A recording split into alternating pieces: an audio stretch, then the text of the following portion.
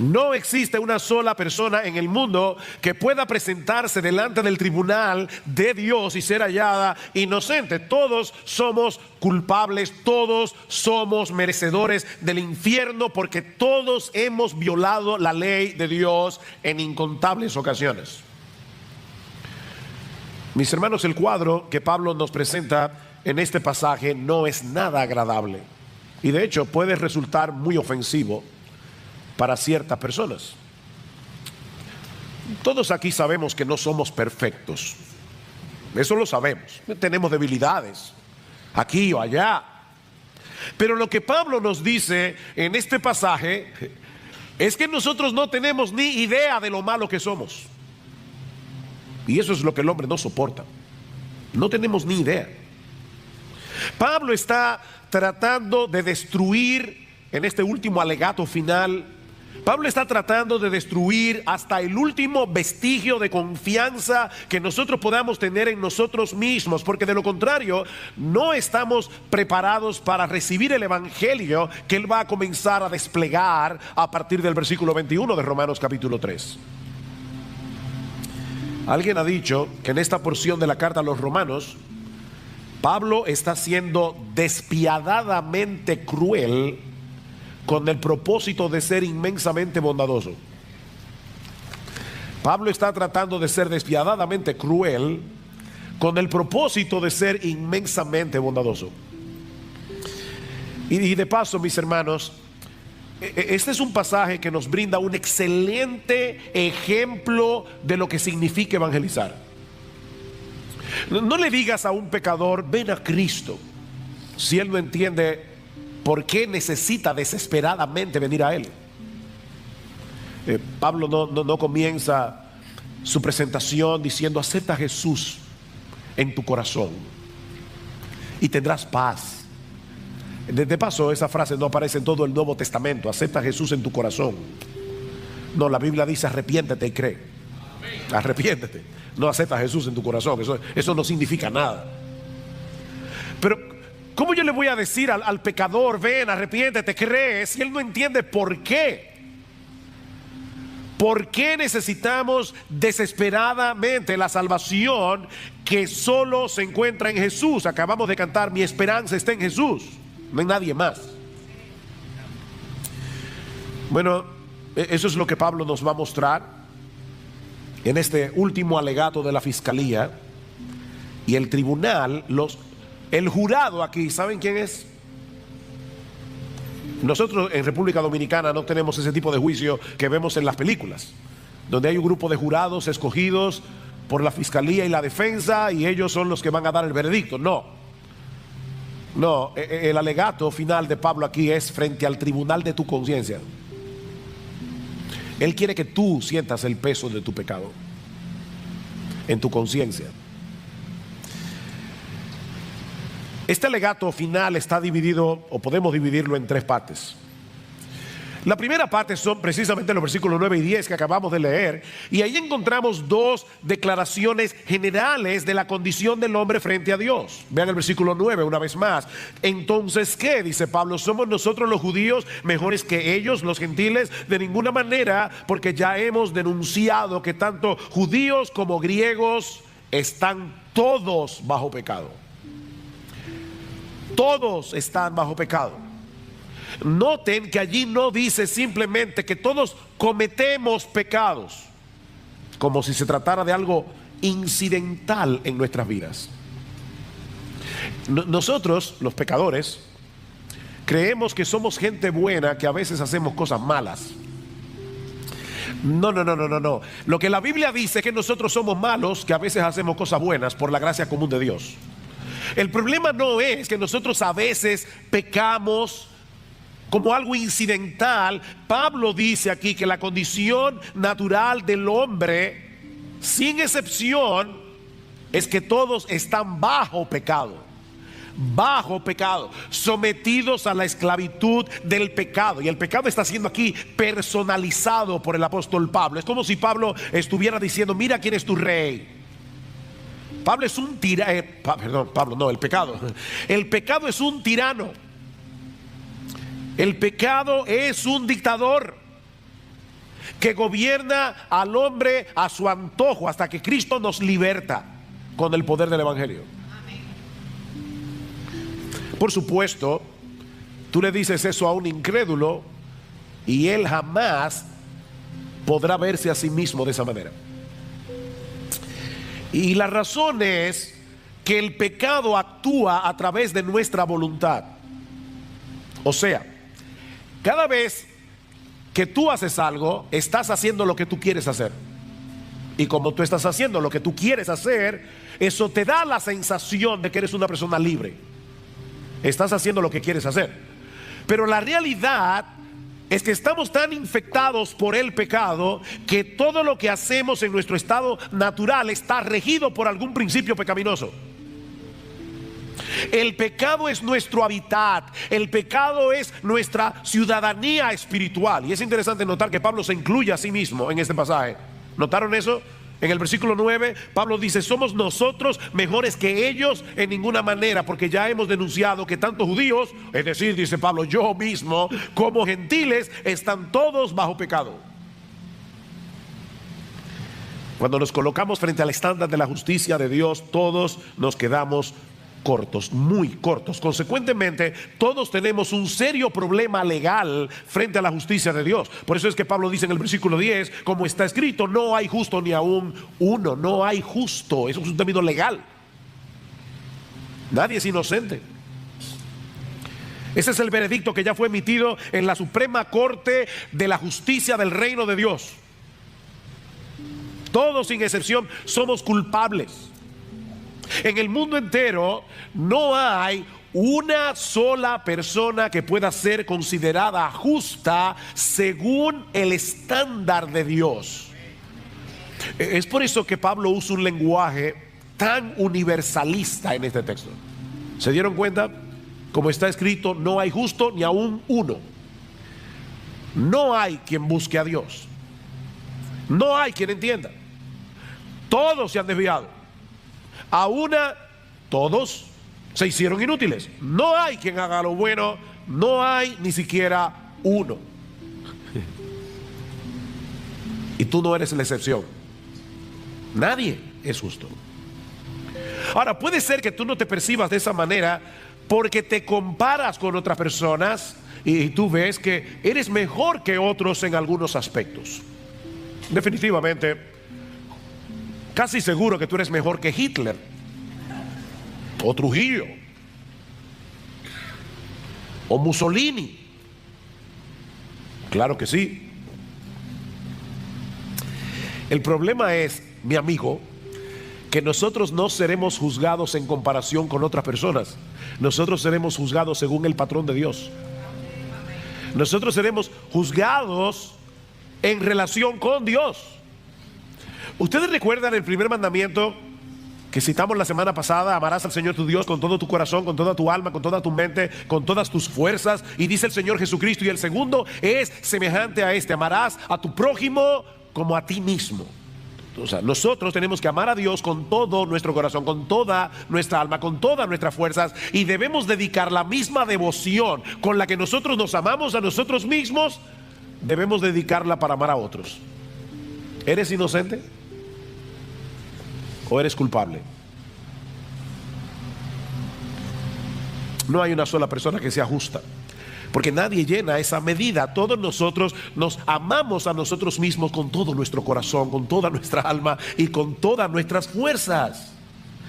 Cada cosa que hacemos, cada decisión que tomamos es en función de nuestro propio yo. Nos idolatramos a nosotros mismos. Es por eso que Pablo va a decir más adelante en Romanos capítulo 3 versículo 23 que todos hemos pecado y nos hemos quedado cortos de alcanzar la gloria de Dios. Es decir, en vez de hacer las cosas para que Dios se vea bien, en vez de hacer las cosas para que Dios reciba alabanza, para que Dios reciba gloria, para que la gente lo admire a Él, todo lo que nosotros hacemos es para que la gente nos vea a nosotros.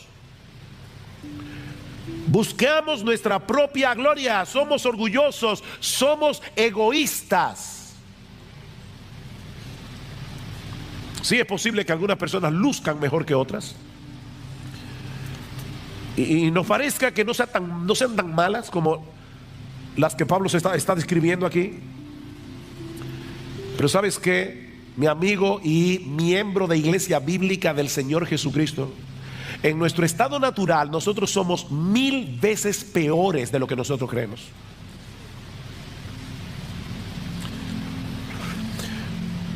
Leí en estos días un ejemplo que creo que puede ilustrar esto. Imagínate que hay 3 nadadores que quieren llegar de Hawái a Japón nadando. Solo son 6.200 kilómetros. El primer nadador no sabe nadar. Se tira al agua y a los 5 minutos se hunde y se ahoga. El segundo nadador es un poco más experto, así que se puede nadar en mar abierto 60 metros, pero ¿qué va? Se hunde y se ahoga. El nadador profesional se ha preparado para el asunto, lleva ya 50 kilómetros nadando, a los 60 ya está bien agotado, a los 70 kilómetros se hunde y se ahoga. La pregunta es, ¿hay alguno de los 3 que esté más ahogado que los otros?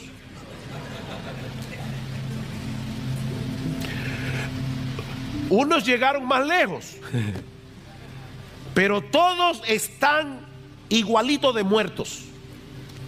Eso es lo que Pablo está diciendo aquí. Todos estamos en la misma condición. No importa, mi amigo, cuán religioso tú seas, no importa cuál sea el nivel de moralidad y de decencia que tú hayas alcanzado en la vida, no importa si tú eres miembro del club de los leones o del club de los rotarios.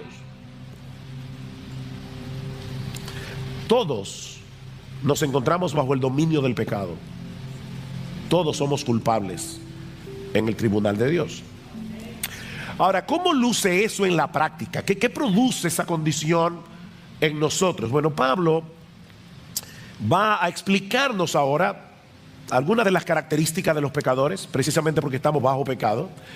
Pero lo que me llama la atención es la forma tan extraordinaria o sorprendente o inesperada en la que Pablo hace esto. Porque lo que hace Pablo es presentar una serie de textos bíblicos tomando las escrituras que los judíos veneraban. Recuerden que Pablo está tratando de probar, sobre todo a los judíos, que ellos son tan culpables como los gentiles, a pesar de que tenían la ley, a pesar de que tenían el pacto, a pesar de que eran el pueblo escogido. Así que Pablo toma sus propias escrituras y les dice, y es que ustedes no leyeron el Antiguo Testamento. Ustedes leen todos los textos que yo les voy a citar, ustedes los conocen, pero tienen un velo, ustedes tienen un prejuicio, están tan llenos de ustedes mismos que no pueden interpretar correctamente la Biblia, a pesar de que la veneran. Y lo primero que Pablo nos dice aquí, son 6 cosas que Pablo menciona. La primera es que precisamente por el hecho de que todos estamos bajo pecado, el pecado ha distorsionado nuestra capacidad de razonamiento. Versículo 11. No hay quien entienda. No hay justo ni aún uno, pero tampoco hay quien entienda. El intelecto humano funciona muy bien para muchas otras cosas, pero no para conocer a Dios como Él debe ser conocido, para amarle a Él como Él debe ser amado, para deleitarnos en Él como deberíamos deleitarnos en Él. Pablo dice en Efesios capítulo 4 versículo 17 que los incrédulos andan en la vanidad de su mente, teniendo el entendimiento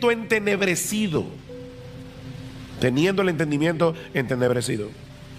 Algunos pueden llegar a conclusiones teológicas correctas. Hay incrédulos que saben que Dios es trino, Dios Padre, Dios Hijo, Dios Espíritu Santo. Hay incrédulos que saben que Dios es perfecto. Hay incrédulos que saben que Dios es omnisciente, que Dios es omnipotente, que Dios es santo. Ellos lo saben eso. Pero esa información por sí misma nunca los moverá eficazmente a amar a Dios, y mucho menos a someterse deleitosamente a su autoridad. Mira, una cosa es tener información acerca de Dios, otra muy diferente es conocer a Dios en Cristo y tener una relación personal con Él. Santiago nos dice en su carta que los demonios también creen y tiemblan. Los demonios tienen información acerca de Dios.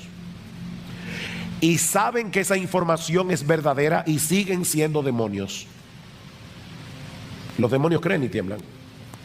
Pero el pecado no solamente ha distorsionado nuestra capacidad de razonamiento, sino que Pablo nos dice también que el pecado ha distorsionado nuestros deseos y nuestra voluntad. Dice en el versículo 11, no hay quien entienda, no hay quien busque a Dios. No hay quien busque a Dios. Por naturaleza amamos lo que deberíamos aborrecer, aborrecemos lo que deberíamos amar. Nuestros deseos están dañados. De manera que en vez de buscar a Dios, nosotros procuramos mantenerlo a una distancia prudente y en algunos casos lo más lejos posible. Miren, mis hermanos, a menos que Dios haga una obra en nuestro corazón, transformando nuestra personalidad desde su misma raíz, ninguno de nosotros se inclinaría naturalmente hacia Él. El pecado afectó nuestros deseos, el pecado afectó nuestra voluntad, amamos lo que nos daña y queremos mantener lejos de nosotros la fuente de todo bien. No hay quien busque a Dios.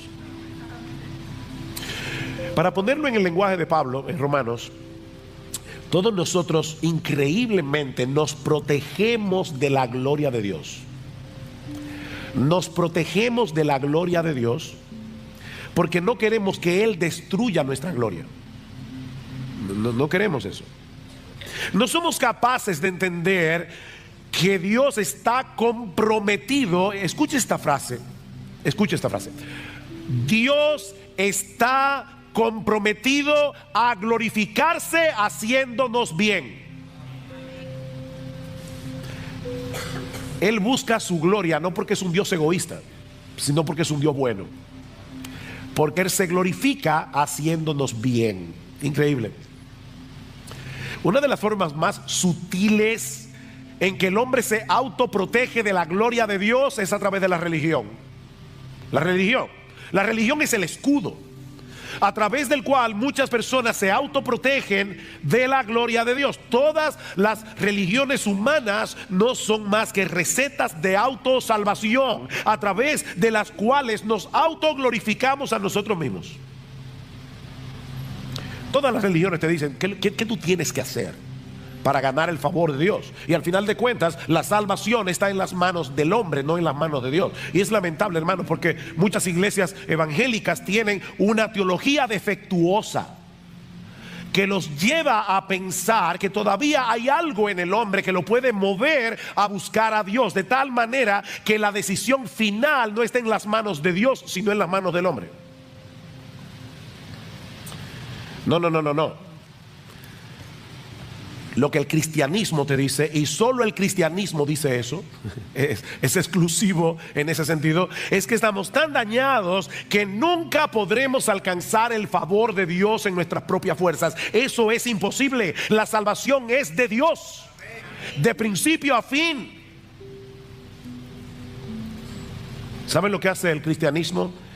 Destruir nuestra gloria para darle la gloria únicamente a Él. Mas por obra suya, dice Pablo en 1 Corintios, mas por obra suya estáis vosotros en Cristo Jesús. Si no hubiera sido por la obra de Dios, no estaríamos en Cristo Jesús, el cual se hizo para nosotros sabiduría de Dios y justificación y santificación y redención, para que tal como está escrito, el que se gloría, que se gloríe en el Señor. No hay gloria humana. Por supuesto, si nuestros deseos, si nuestro entendimiento y nuestros deseos han sido afectados por el pecado, eso afectará también nuestro comportamiento. Vean el versículo 12. Todos se han desviado, a una se hicieron inútiles. No hay quien haga lo bueno, no hay ni siquiera uno. Bueno, pastor, yo lo iba siguiendo en el mensaje y estaba de acuerdo. Ahora sí que no. ¿Usted va a negar que hay personas en el mundo, incluso personas que no son cristianas, que hacen cosas buenas? Sí, es verdad. Por el simple hecho de haber sido creados a la imagen de Dios, el hombre tiene inclinaciones hacia cosas que son buenas en sí mismas. No hay que ser cristiano para ser un padre que ama a sus hijos. Hay esposos no cristianos que nunca le han sido infieles a sus esposas. Hombres fieles. Hay hombres que son honestos en sus negocios.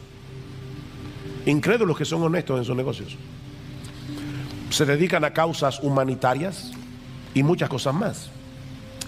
Pero cuando la Biblia habla de buenas obras, no se refiere únicamente a las cosas que hacemos, sino a las cosas que hacemos según el estándar de Dios y buscando la gloria de Dios.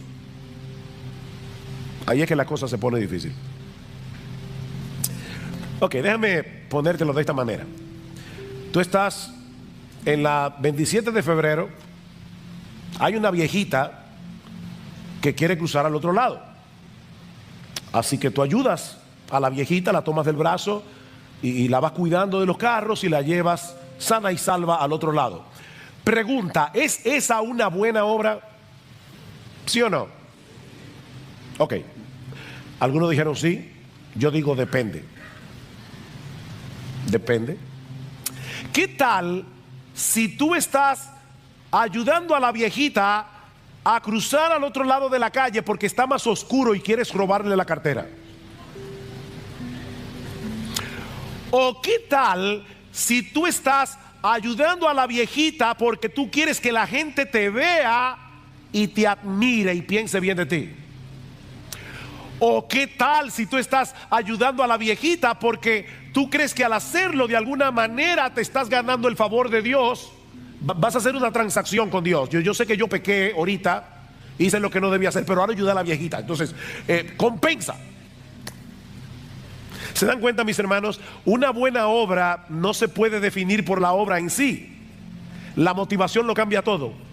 La motivación lo cambia todo. Si tú no hiciste lo que hiciste para la gloria de Dios, ya no es una buena obra. Dice el Señor en Mateo capítulo 5 versículo 16: así alumbre vuestra luz delante de los hombres, para que vean vuestras buenas obras y glorifiquen a vuestro Padre que está en los cielos.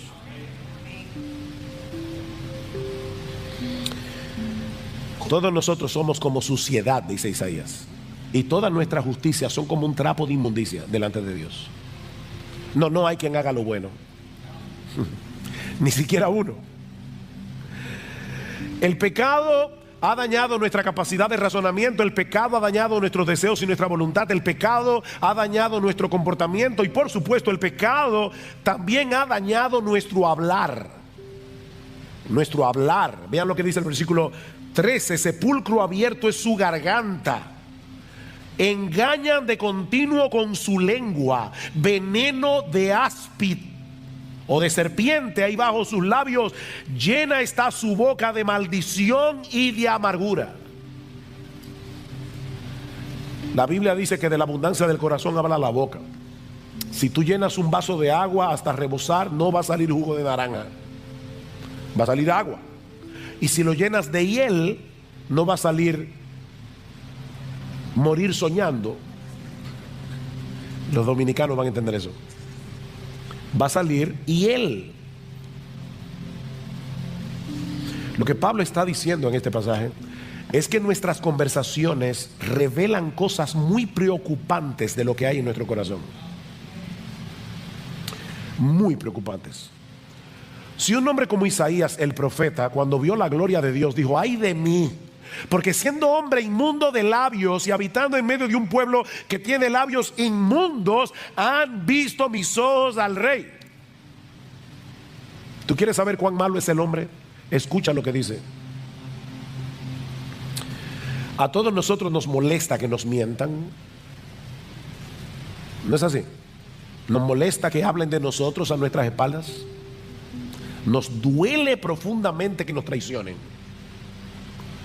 Sin embargo, la mentira es sumamente común. El chisme es sumamente común. El mundo es un lugar peligroso en el cual vivir, porque el ser humano es chismoso y engañador, es cruel con su boca. En el momento en que tú menos te lo esperas, te enteras de que alguien en quien tú confiabas ha estado hablando mal de ti. Y eso sí duele. A ti no, a mí sí. Eso duele. Ahora déjame hacerte una pregunta, honestamente. Tú nunca has cometido ese pecado. Yo no lo voy a hacer, pero me encantaría decir, levanta tu mano. ¿Tú nunca has hablado mal de nadie a su espalda? Nunca. No. Bueno, por lo menos, si tú crees que no, estás cometiendo el otro pecado. Eres un mentiroso.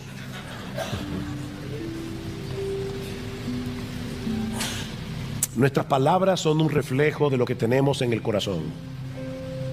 ¿Nos promovemos a nosotros mismos mientras manchamos la reputación de otros? ¿Somos más prontos para criticar que para alabar? ¿Destilamos amargura y descontento? ¿Justificamos lo injustificable? Alguien decía que nosotros usamos nuestras lenguas para mentir y proteger nuestros propios intereses al mismo tiempo que dañamos los intereses de los demás. Y eso nos lleva de la mano a la siguiente característica que Pablo menciona, y es que el pecado, por supuesto, ha dañado nuestras relaciones interpersonales. El pecado ha dañado nuestras relaciones interpersonales. Sus pies, versículo 15, son veloces para derramar sangre. Ahora no olviden, todo eso son citas bíblicas. Citas bíblicas, una tras otra. Sus pies son veloces para derramar sangre. Destrucción y miseria hay en sus caminos, y la senda de paz no han conocido. Bueno, pastor, ahora sí que pasé la prueba. Yo no soy esa persona que Pablo está describiendo aquí. ¿Tú estás seguro de eso? ¿Tú crees que porque nunca has cometido un homicidio literal, tú estás libre de la violencia que Pablo describe en este pasaje? Porque eso era lo que creían los judíos en el tiempo del Señor. ¿Y saben lo que le dice Jesús en Mateo capítulo 5, versículo 21? Oísteis que fue dicho a los antiguos, no matarás, y cualquiera que matare será culpable de juicio. Pero yo os digo que cualquiera que se enoje contra su hermano, cualquiera que se enoje contra su hermano, al punto de querer de alguna manera que esa persona sufra, ya es culpable de juicio. Cualquiera que le diga necio a su hermano será culpable ante el concilio. Cualquiera que le diga fatuo quedará expuesto al infierno de fuego. En otras palabras, Pablo está diciendo que a los ojos de Dios, o el Señor Jesucristo está diciendo que a los ojos de Dios, un corazón airado contra otra persona al punto de querer hacerle daño física o verbalmente, ya es un homicida a los ojos de Dios.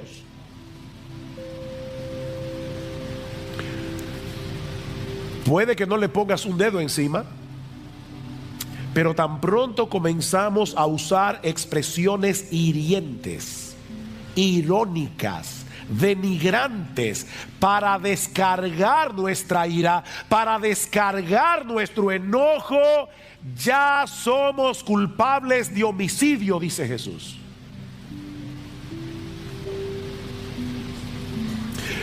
Déjame hacerte una pregunta.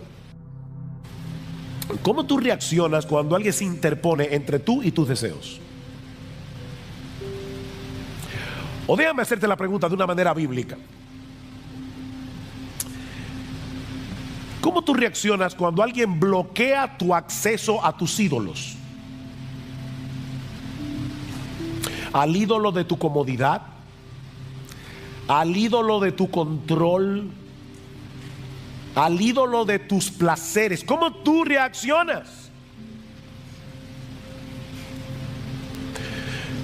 Padres, el hecho de tener este entendimiento de la naturaleza humana será de vital importancia para la crianza de nuestros hijos. De vital importancia, a menos que veamos a nuestros hijos a la luz de lo que Pablo nos está diciendo en este pasaje, no vamos a entender muchas de sus reacciones. Cuando los estorbamos, no vamos a entender por qué nuestros hijos, lo mismo que nosotros, necesitamos desesperadamente el evangelio. Y de paso, eso también nos ayuda a entender por qué el proceso de santificación es tan difícil. Porque nosotros somos justificados en un instante cuando creemos en Jesús. Su justicia perfecta es puesta en nuestra cuenta, pero ahora tenemos que lidiar con nuestros hábitos pecaminosos que adquirimos en nuestra antigua vida. Nuestros pies quieren seguir corriendo hacia el mal, nuestra boca quiere seguir hablando lo que no debe hablar, nuestro corazón sigue inclinado por el pecado que mora en nosotros, al mal. Ahora, la parte más crítica de este diagnóstico es el hecho de que el pecado ha dañado nuestra relación con Dios. Versículo 18. No hay temor de Dios delante de sus ojos. No hay temor de Dios delante de sus ojos. Toda nuestra vida está al garete, es un barco sin timón hasta que aprendemos quién es Dios y comenzamos a vivir en consecuencia. La Biblia dice en Proverbios capítulo 1 versículo 7 que el principio de la sabiduría, el ABC de la sabiduría es el temor al Señor. El temor al Señor. Y una de las mejores definiciones que nosotros tenemos en la Biblia de lo que es ese temor, la encontramos en el Salmo 16, versículo 8. Al Señor he puesto siempre delante de mí. Al Señor he puesto siempre delante de mí, porque está a mi diestra, permaneceré firme. ¿Qué es el temor del Señor? Es vivir con la conciencia de que toda tu vida está siendo vivida frente a la cara de Dios. Salmo 139. ¿A dónde me iré de tu espíritu? ¿A dónde huiré de tu faz? Dice el texto hebreo. No importa dónde te vayas, estás en la presencia de Dios. Pero nosotros no estamos conscientes de la presencia de Dios y por eso no tenemos temor de Dios. Otro texto sorprendente para describir de qué se trata el temor piadoso hacia Dios, porque un pecador puede tenerle terror al castigo de Dios, y es correcto que le tengas temor, pero no es de ese temor que Pablo está hablando aquí. Un texto sorprendente para entender lo que es el temor a Dios es el Salmo 130, versículos 3 y 4. Dice el salmista: Señor, si tú tuvieras en cuenta las iniquidades, ¿quién podría permanecer en pie? Pero en ti hay perdón para que seas temido. Espérate. Si yo leyera en ti hay castigo para que seas temido, yo podría entenderlo. Pero el salmista está diciendo: en ti hay perdón. Y es precisamente ese perdón, la conciencia de que tú eres un Dios perdonador, lo que produce temor en mi corazón. ¿De qué temor es que está hablando el salmista? Es una mezcla de asombro, gratitud, reverencia ante la persona de Dios, porque siendo un Dios tan santo, Él está dispuesto a perdonarnos. ¿Cómo deberíamos vivir con la conciencia de que estamos frente a un Dios así? Pero el incrédulo ha decidido vivir de espaldas a Dios, como si lo que él pensara de las cosas no tuviera la menor importancia, como si nunca nosotros fuéramos a presentarnos, a comparecer delante de su tribunal para dar cuenta de nuestra vida. Miren, si nosotros tuviéramos que resumir en una sola frase por qué el mundo está como está, el versículo 18 del capítulo 3 lo resume perfectamente: no hay temor de Dios delante de sus ojos. Esa es la condición humana. El término que usan los teólogos para etiquetar esta condición es depravación total o corrupción radical. O sea, una corrupción que llega hasta la raíz.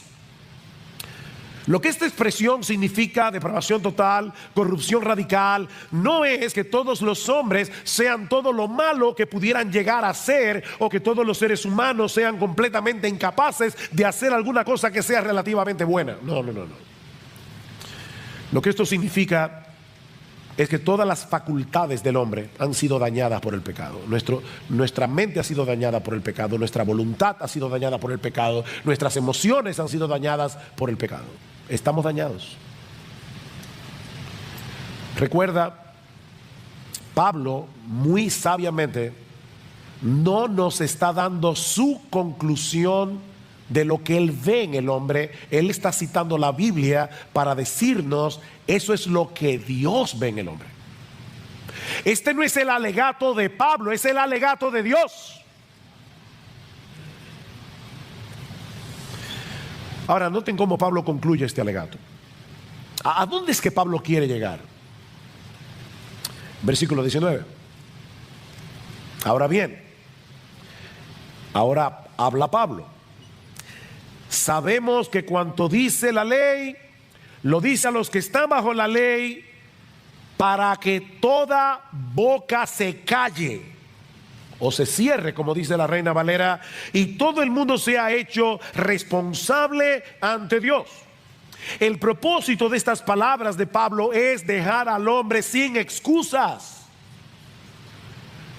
Decía Martin Lloyd-Jones que nadie puede llegar a ser cristiano hasta que se calle la boca. Nadie puede llegar a ser cristiano hasta que se calle la boca, hasta que se quede sin argumentos para seguir defendiendo su supuesta autojusticia. Nadie será cristiano hasta que su boca se cierre.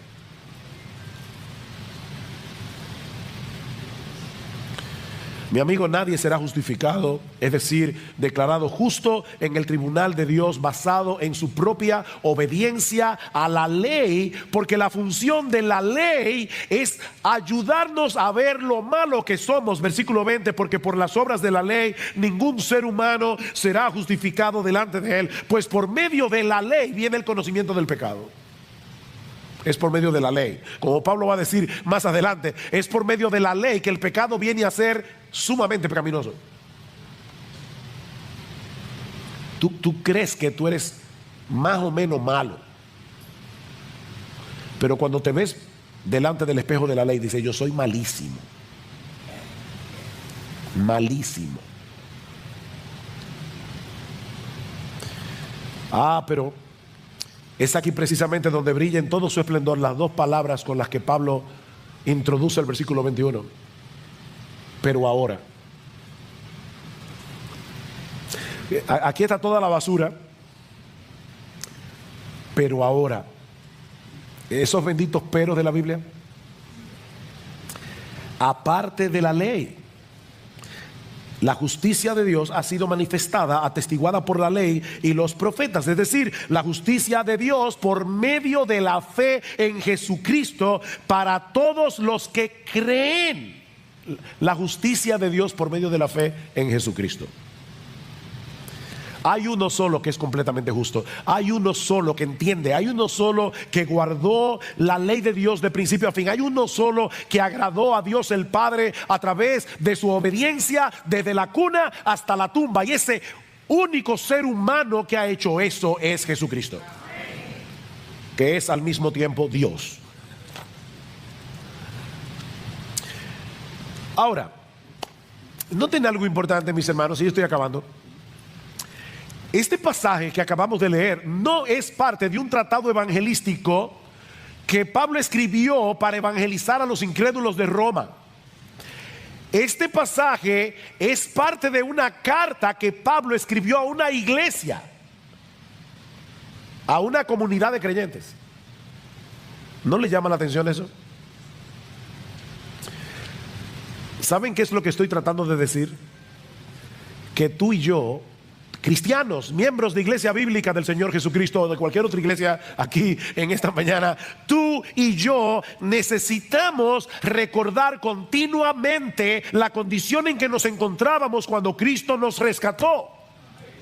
Porque de lo contrario jamás vamos a poder crecer en nuestro entendimiento del amor de Dios, y eso impactará profunda y negativamente nuestra devoción a Él.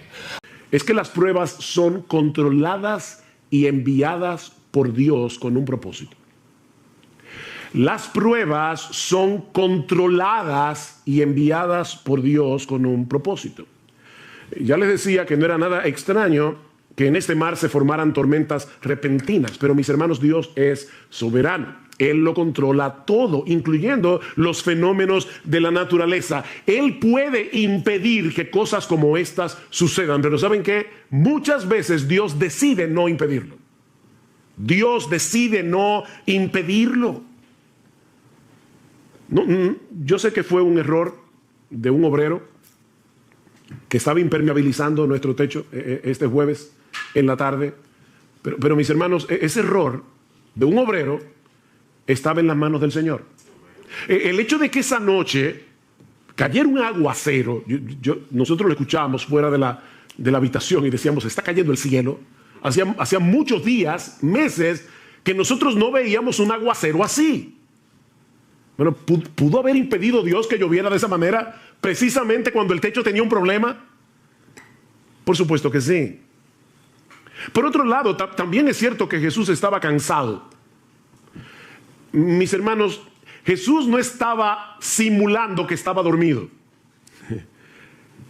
En su naturaleza humana, Él no pudo resistir el cansancio tan grande que tenía. Para los discípulos, era como de repente ver a Superman envuelto en kriptonita. O sea, el Señor está ahí completamente agotado. Era tal el agotamiento de Jesús que ni el ruido de las olas ni el movimiento de la barca pudieron despertarlo. Él estaba completamente exhausto. Así que los discípulos sabían que su experiencia como marinero no les serviría de nada para poder maniobrar en una tormenta como esa, y por lo visto tampoco contaban con Jesús. Era una situación realmente desesperada. Pero mis hermanos, la Biblia nos enseña una y otra vez que las pruebas nacen en el trono de Dios. Las pruebas nacen en el trono de Dios. ¿Ustedes recuerdan cuando Noemí regresó a Belén desde los campos de Moab, sin marido, sin hijos? ¿Cuál fue su explicación teológica a sus vecinos en Belén? El Todopoderoso me afligió. El Todopoderoso me afligió. Mis hermanos, las pruebas nacen en el trono de Dios. Jehová dio, Jehová quitó. Sea el nombre de Jehová bendito. Job no dijo, el diablo me quitó lo que Dios me dio. No, fue Dios que me lo dio y fue Dios que me lo quitó. No somos víctimas de un destino ciego. Estamos en las manos de un Dios lleno de sabiduría, de un Dios lleno de poder, que controla todas las cosas para su gloria y para el bien de su pueblo. Mis hermanos, déjenme hacerles una pregunta. ¿Quién fue que tomó la decisión de embarcarse esa noche para cruzar el lago? Fue Jesús. Él era el único responsable de que ellos estuvieran en esa situación. Y la tormenta que se desató esa noche repentinamente no era otra cosa que la voz de Dios levantando el viento, levantando las olas. Dice en el Salmo 107, Él habló y levantó un viento tempestuoso que encrespó las olas del mar. No fue la madre naturaleza la que provocó esa tempestad, fue el decreto soberano de Dios. Él metió a los discípulos en medio de ese mega huracán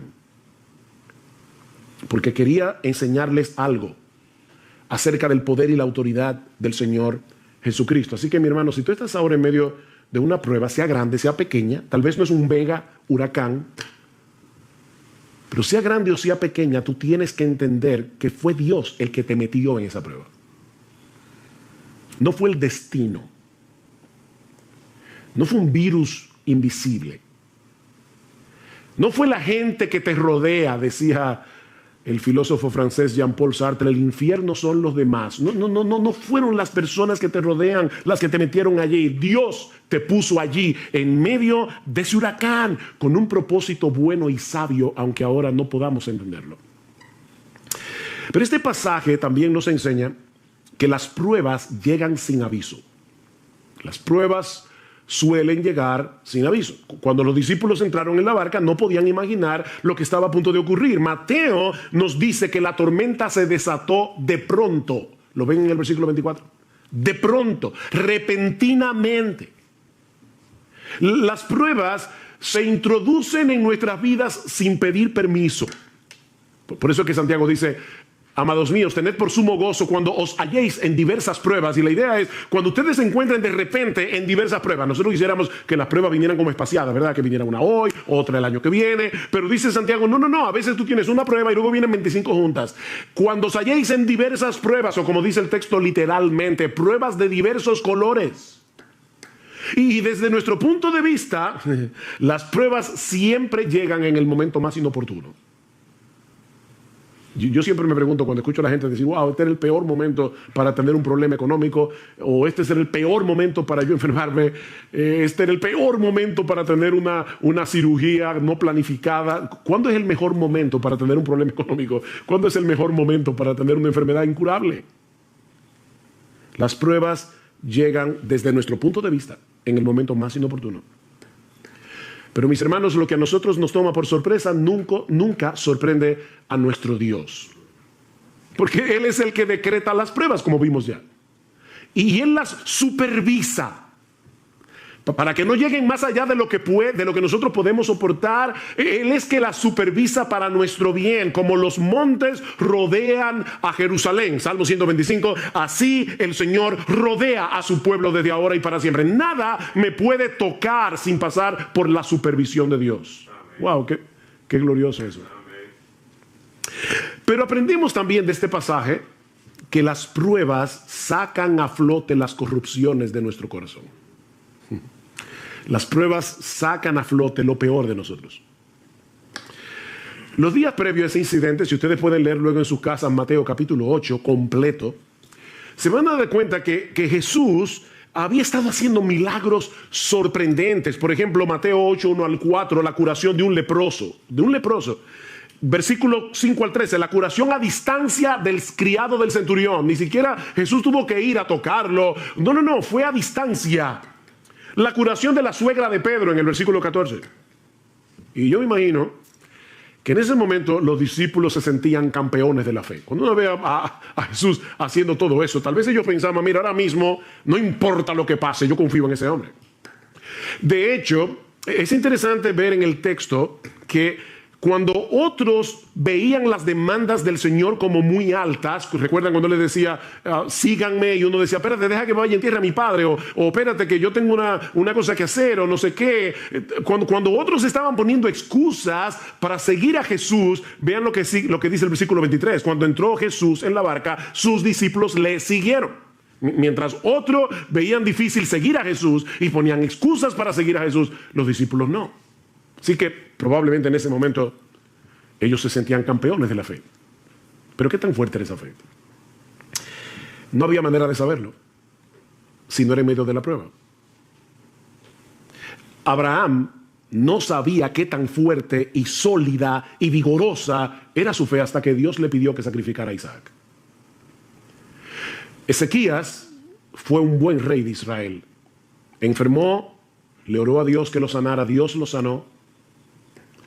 Y probablemente en ese momento se sentía fuerte en su fe. Llegaron unos embajadores de Babilonia y el orgullo de Ezequías salió a flote inmediatamente. Mis hermanos, es en medio de las pruebas que conocemos el estado real de nuestro corazón. Nuestra fe será probada por el fuego, dice en 1 de Pedro capítulo 1, versículo 7. Tiene que ser probada por el fuego. ¿Qué hace el fuego? El fuego licúa el oro y al licuarse, como es un metal pesado, eso hace que la basura salga a flote. Y entonces el orfebre comienza a purificar el oro. Pero tiene que ser por medio del fuego. Yo estoy seguro que a nadie le gustaría ir a una joyería, comprar una prenda pensando que es de oro y después resulta que era de hojalata. El oro tiene que ser probado y se prueba con fuego. No solo para ver su genuinidad, sino también para librarlo de impurezas. El oro tiene que ser probado por fuego y nuestra fe también. Nuestra fe también tiene que ser probada. Y cuando somos probados, es que podemos ver una verdadera radiografía de lo que hay en nuestro corazón. Pero aprendemos también de este relato que las pruebas son un antídoto contra nuestro sentido de autosuficiencia.